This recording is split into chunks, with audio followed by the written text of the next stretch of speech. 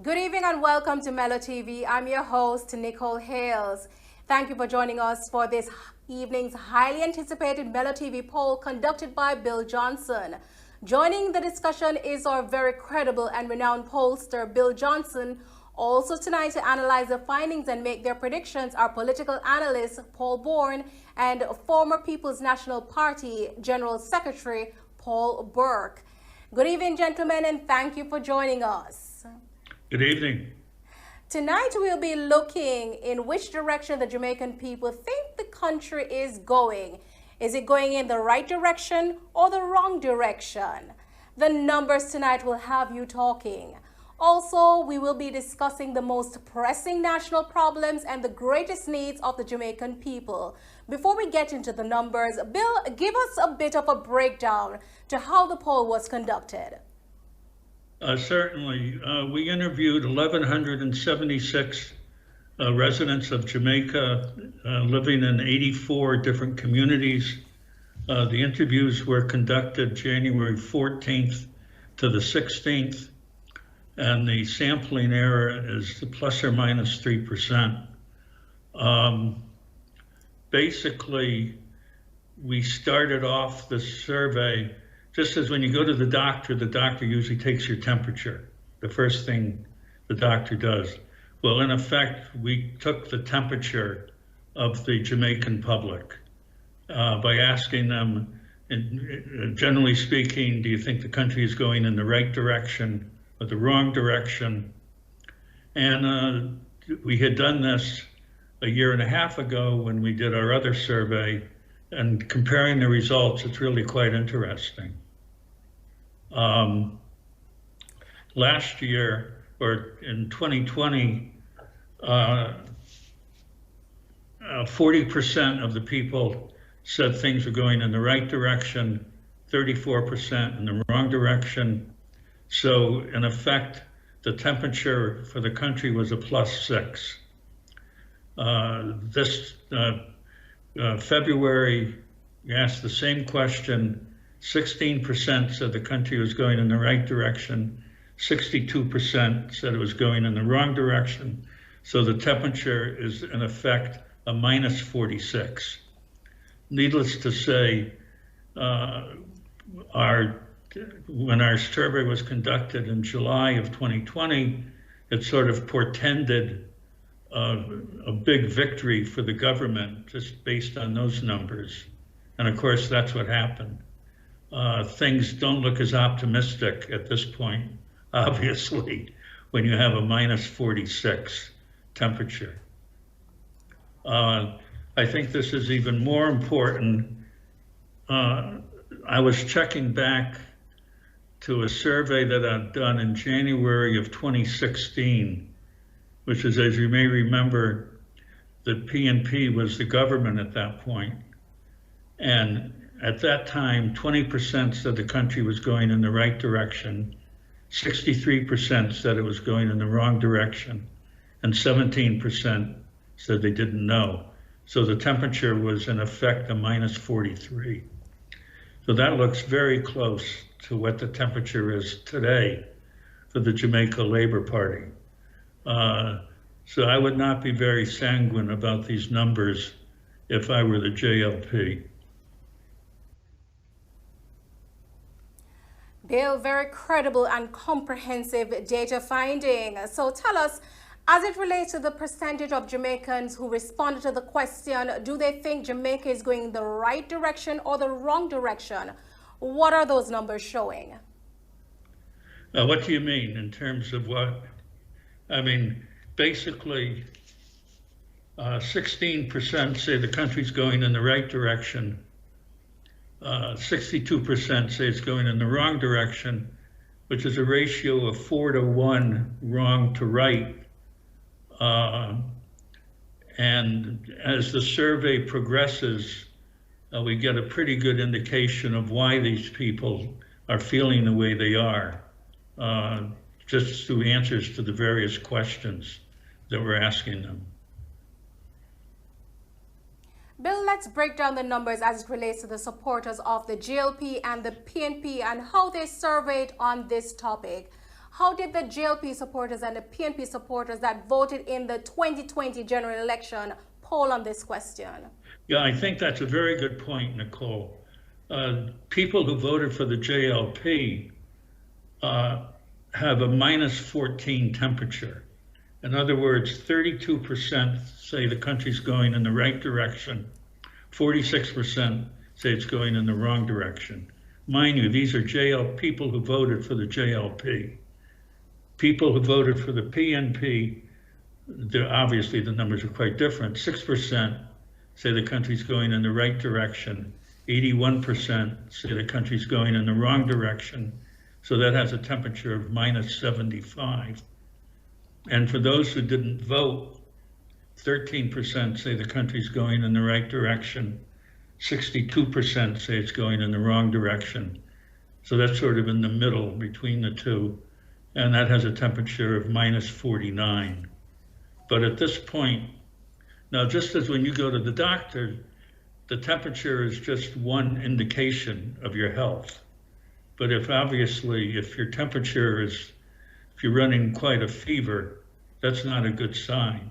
And so you really have to look further, more in depth in terms of just figuring out what's wrong with the patient. And that's what our survey does in terms of the government here. Good evening, Mr. Burke, and thank you for joining us. All right, so as it relates to the question, the percentage of Jamaicans who responded, do you think Jamaica is going the right direction or the wrong direction? Those numbers are showing in July 2020, 40% of Jamaicans said Jamaica was going in the right direction. In February 2022, that number was 16%. For wrong direction, July 2020, 34% of Jamaicans responded. In February 2022, 62% said Jamaica was going in the wrong direction. And for the persons who said they don't know, in July 2020, that number stood at 26%. In February 2022, that number is 22%. Mr. Burke, is this good news for the People's National Party? And how will this affect the favorability of the JLP? I would like to start, well, good evening, first of all, everybody. I believe Jamaicans are more honest about their views. We are not asking political questions between two political parties. And because it's a period where I believe that there are no direct political questions being asked, people have been very honest with their views. I don't know that because Jamaica is going in the right direction or wrong direction, it reflects on either party totally. Because yes, the government has to be held accountable, most of all, for the wrong direction. It is a difficult period in Jamaica with the COVID-19 pandemic, and some people, although they believe it's going in the wrong direction, will rationalize that is because of the period we are going through. That is not my view, however. And I believe outside of excellent public relations, the government has made some unfortunate mistakes, and that is one of the reasons why many Jamaicans feel we're going in the wrong direction. There's just one thing I want to say. 46% of JLP supporters said the country is going in the wrong direction. Are these numbers surprising to you? No, it's not surprising to me, but that don't mean that they will not be voting for JLP. Even though they believe it is going in the wrong direction. It would be up for the PNP to show, to demonstrate that we can do better, right? For JLP people to vote for PNP, they may stay home. But I don't want to get into the PNP, JLP analysis right now. I think Jamaicans generally support the numbers that the country is going in the wrong direction. And one of the numbers that you have not revealed yet, so I won't go into it, I was surprised. Everything else that Mr. Johnson did, I think, was credible, except the cost of living numbers. And he will probably explain that afterwards. But certainly with where we are with crime, I think that is very disconcerting. I think it has affected everybody. Everybody wants to see a drastic reduction in crime. I think the economy, people are having a difficult time. And the fact that the government does not even raise the minimum wage, it impacts on people. I believe that people's standard of living, quality of life have gone down in many areas. So people will say the country is heading in the wrong direction. Mr. Burke, how can the PNP capitalize on this declining confidence in the GOP-led government, and how can the PNP convince the people that they can lead the people in a better direction?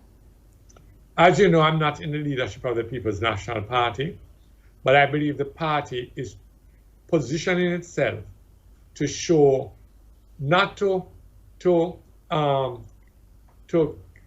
capitalize on the GLP's mistakes, but to demonstrate that we can do better, right? And I believe that many persons would now be willing to give the PNP a chance again. Once it can prove by its policies, it will do better. I think some progress has been made, not enough as yet, in that direction. So the things that people are going to want to see is that what will PNP do to reduce crime in this country? What will we do to grow the economy? And what will we do to give Jamaicans a better quality of life? Not just a minority, but the majority of people, too many of whom, 60 years after independence, are still living below the poverty line. So do you think the GLP-led government can regain the confidence of the Jamaican people in bringing the country in the right direction? I don't know you can fool all the people all the time, but I believe when they go out to campaign and they have a bling and buy campaign, everybody knows it is not a secret, right? That they will be able to regain some of their support. But I believe that PNP is regaining their support at a much faster rate than the GLP is either losing support or regaining their support. Political analyst Paul Bourne, the views of the people changed so much since 2020 to now. Was it due to solely the Prime Minister's popularity, then to the performance of the government as a whole? No. Or are there other contributing factors? There are many factors that are contributing to what is happening to the government now. And one such factor is matter relating to crime. And you can see that just about every day in the news, and the extent of which the crime is actually taking over Jamaica. So that is a critical factor that is actually destroying the worth or value that the Prime Minister had when he actually gained power initially. Mr. Bourne, the numbers, the question that asks, do Jamaicans think that the country is moving in the right or wrong direction? In July 2020, 40% of Jamaicans said the country was moving in the right direction. In February 2022, 16% said the country is moving in the right direction. 34% said the country is moving in the wrong direction in July 2020. As at February 2022, 62% said the country is moving in the wrong direction. 26% said they don't know in July 2020. 22% say this year, February 2022, say they don't know. Mr. Bourne, this percentage, does it prove that the GOP government have not gained the electorate that they have voted for and in the last election, but rather lost them to the PNPs? No, I do not think it is that matter. I think it's totally different in the sense that it's relating to the environment that is actually going on at the moment, and not really that they are favoring the People's National Party, all right, or otherwise, because the COVID-19 scenario, which has actually impacted on Jamaica from March 10, 2020, has substantially damaged the brand of the Jamaica Labour Party. and not necessarily favor the People's National Party. So we want to sort of make that distinction, that not because one side of the coin is that people are do not think the country is moving in the right direction. It means that they think that the PNP can actually do a better job. That's another matter. So that can actually be discussed. But it is clear from what has happened, and I've done extensive work on the matter relating to COVID-19, and persons thought Mr. Holness and his team handled the COVID matter wrongfully. And that has destroyed it substantially. You see, inside the figures here is almost 100% decline in terms of what is happening in terms of the country moving in the wrong direction. And a substantial part of that is how the government dealt with the COVID-19 situation. Can they regain the confidence? Can they regain the numbers? And how can they do so? It is going to be a difficult task, in the sense that up to now, Mr. Holness has not come out definitively as exactly what the position of the government is now on the COVID-19 scenario. And a number of persons are wondering what direction he's going to take. And I have done extensive research to actually say to the government, be cautious in actually how you actually put forward your perspective on the COVID-19 scenario, because a number of Jamaicans are not supporting the COVID-19 for whatever reason, the mark of the beast, and other issues that are actually had on social media. So because of that, it has destroyed Mr. Holness substantially, in particular the Jamaica Labour Party. But what is happening to the People's National Party now, they are actually caught at in the blocks, because they have done nothing or little or nothing related to putting themselves out there. So do the people see them as more favorable? Well, that is something that we can actually research, or maybe your poll can actually look at that. But currently what is happening now is substantially as a result that people do not think the government handled COVID-19 situation properly, as well as the crime matter that is actually riddling our country. Another question, are these numbers an indication of how the electorate feels when compared to the 2020 general election compared to now? No, totally different issues altogether, because these are indications in terms of where the country is, and not necessarily their preference for voting. Now, in other words, it is the same person with two different hats. And at the moment, we're looking at the hat in terms of, is the country moving in the right direction? And this is across the board, whether you're JLP or PNP. People are saying Jamaica is moving in the wrong direction. So it's not a party issue. But if you were to disaggregate the figures in terms of supporters of the People's National Party, the Jamaica Labour Party, then that would give us more indication statistically as to what their views are politically on the matter. So do you think the government has what it takes to regain the confidence in the Jamaican people in bringing the country in the right direction at this time? Wow, that one requires 24 hours in terms of to think about that one. But let's look at what is happening in Jamaica here, because if the government was actually listening to a number of researchers, including myself, in terms of what they should have done and what they should have gauged in terms of their words, they wouldn't have actually got themselves in this position.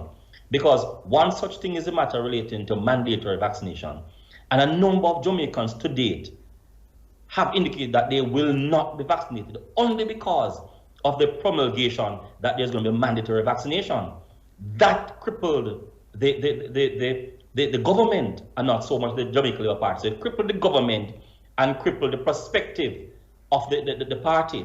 Now, because the party is grappling with this matter, including the matter relating to all this unsolved crime, all this escalation in crime, I think what is happening to them now is they are in the mode of thinking what next to do, as against having a policy from long ago as to how to deal with a number of these issues. So do they have the ammunition? Do they have the will? Do they have the capacity to actually make the difference? Yes, they do. But it requires some harsh decisions. And some of those harsh decisions relating to how they're going to deal with crime. And they don't want to deal with that. Bill, let's look at the most pressing national problems and the greatest needs of the Jamaican people. What are the numbers showing and what are the percentage? Okay, well, what they're showing, first of all, is that in our survey in July, 70% mentioned crime, which is an incredibly high number. Well, it's gone even higher today. It's 82% who mention crime as one of the most pressing national problems. Jobs were mentioned by 67%. That's shaded down a little bit to 54%. I think some of that is remember our survey in July was taken right when COVID was really hitting the country. There was a great fear of job loss among people, and I think that's sort of been mitigated a little bit. Road conditions basically have more than doubled to 27% in terms of an issue. COVID itself has gone from 45% to 24%. Water issues have stayed the same, basically at around 16%. Another issue that's really popped up, though, and I think it's because of the issues that we've had with the economy recently, is COVID has, helping the poor has basically gone from 8% to 16%, and cost of living is now 9%, education 8%, corruption has remained constant, really at 6%, and healthcare at 4%. Now, this whole issue of crime, I once again went back to some previous surveys I conducted, and it's amazing. In November of 2011, 25% of the people mentioned crime as a major issue, and we thought that was high back in 2011. In January of 2016, right before the general election, 50% mentioned crime. Now, in our poll a year and a half ago, as I mentioned, 70% mentioned crime, and now we're up to 82%. I mean, we can only go to 100%, but it's certainly this, with the government and the people have to do something to get their hands around this crime problem. Speaking on the issue of crime, let's delve into that. Crime has always been an issue that is high on the Jamaican people's minds. But over the period of 2020 to 2022, it has increased to 82%. Road conditions, poverty, help for the poor have doubled over that period as well. What is your analysis of the numbers? And let's start with, what do you think is the most critical of them right now? The issue of crime is a fundamental concern for Jamaicans. I did a study with a number of other persons when I was at a particular institution in Jamaica some time ago in 2007. And of 1,338 Jamaicans, we found out that crime was the #1 problem. As a matter of fact, it was 7 out of every 10 Jamaicans indicate that crime was a problem, followed by unemployment and education. And what I'm seeing here now, it appears that everything technically obtains or continues as is. So if you look at the figure that you're looking at crime, this is nothing special, because we have been having this crime problem for a number of years now. As a matter of fact, a part of this crime problem that a number of persons do not even look at is the matter relating to rape. Rape in Jamaica is almost 2 times that of murders, you know. But people don't look at these things. So a number of persons are actually suffering in silence. And do not forget that a number of the persons who are actually being raped are not the old-time situation in terms of females only. Males are being raped by males and sometimes by females. A number of these persons are not able to speak, or because of the society structured, are not speaking. So the crime matter is fundamental to Jamaicans, not only because of the actual event, but because of the fear associated with crime. Because of course, crime, particularly homicide or murder, mean death. And we're all technically afraid of dying, afraid of death. So what is happening here is the figures that you see on the paper here is a clear indication of a matter that Jamaicans have been saying that they want to address for centuries, for months, for years. Because the crime problem in Jamaica didn't start today.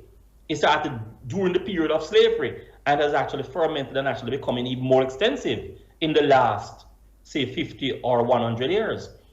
Which is a matter that we have to address. And the matter has to be addressed urgently and now. But when you look at the matter relating to jobs, that one has fallen in terms of unemployment, all right? But we need to understand clearly, COVID, which has actually come, has really masked a number of the challenges that Jamaicans are having. because inside COVID is the matter relating to unemployment, reduction in salary. So that COVID matter is taking out a number of the figures that you'd have actually seen before relating to jobs and other things. So COVID has now become a new head and a new topic. That's a part of people's discussion. So every government wants to reduce crime. Every minister of national security genuinely wants to reduce crime.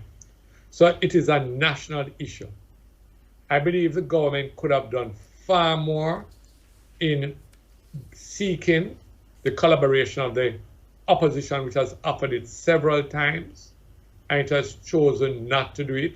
So they want the entire credit, and it should not be about credit, it should be about Jamaica, in that the JLP has reduced crime. And everybody knows that no one government causes crime, and no one government by itself can reduce crime. They are late on the job with a lot of the legislation, very late. And they made mistakes in their first year in 2016. You remember they cut the security budget and said it was not necessary. Then they brought in used cars, which were never delivered to the police.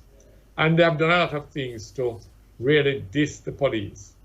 One of the things I believe that, very quickly, that would help the crime situation is to really strengthen the police force as a professional organization.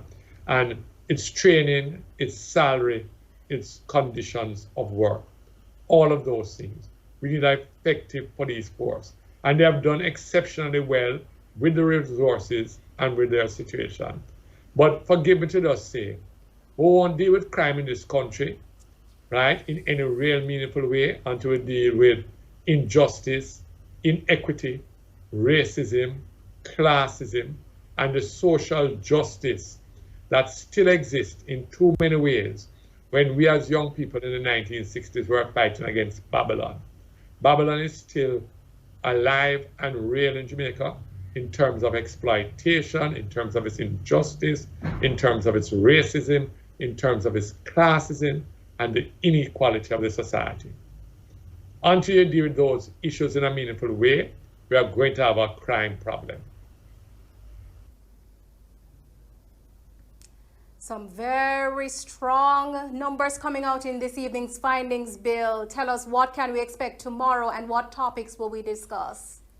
Tomorrow we're going to introduce how the government's doing in terms of the whole fight against COVID, how people feel about vaccinations, and the next two nights are basically going to be about the whole COVID situation in Jamaica. I think people are going to find some very surprising and incredibly interesting numbers with what we come up with over the next 2 days, or next two Definitely looking forward to those numbers come tomorrow.